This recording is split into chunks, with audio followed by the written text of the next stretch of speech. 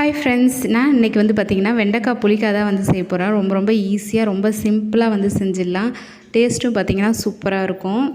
வாங்க எப்படி செய்யுதுன்னு பார்க்கலாம். இதுக்கு நான் வந்து பார்த்திங்கன்னா 1/2 கிலோ வெண்டைக்காய் வந்து வாங்கிட்டு வந்தேன். எல்லாமே பார்த்திங்கன்னா பிஞ்சு வெண்டைக்காய் தான். இது போல் நான் சின்ன சின்னதாக வந்து கட் பண்ணிட்டேன். அதுக்கப்புறம் 2 வெங்காயம் 2 தக்காளி அதையும் சின்ன சின்னதாக கட் பண்ணிவிட்டு இப்போ வந்து எப்படி செய்யலான்னு பார்க்கலாம்.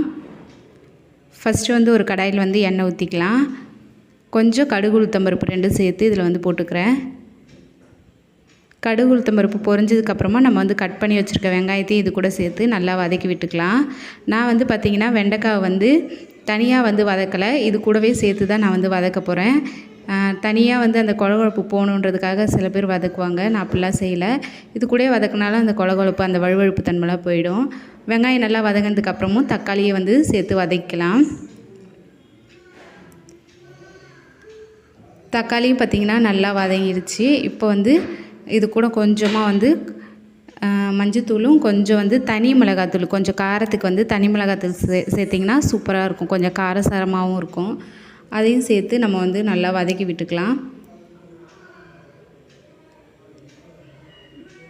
இப்போ பார்த்திங்கன்னா இதெல்லாம் வதங்கிருச்சு. இப்போ வந்து கட் பண்ணி வச்சுக்கிற வெண்டைக்காய் வந்து இதிலே சேர்த்து நம்ம வதக்கலாம். தனியாலாம் வதக்க வேண்டியதில்லை.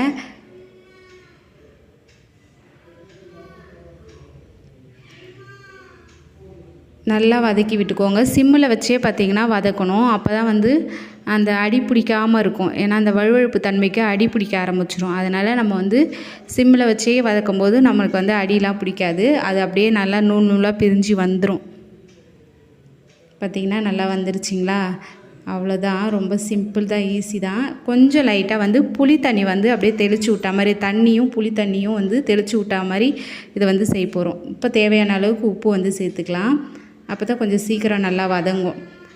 நான் வந்து புளி வந்து கொஞ்சம் கரைச்சி வந்து வச்சுருக்கேன்.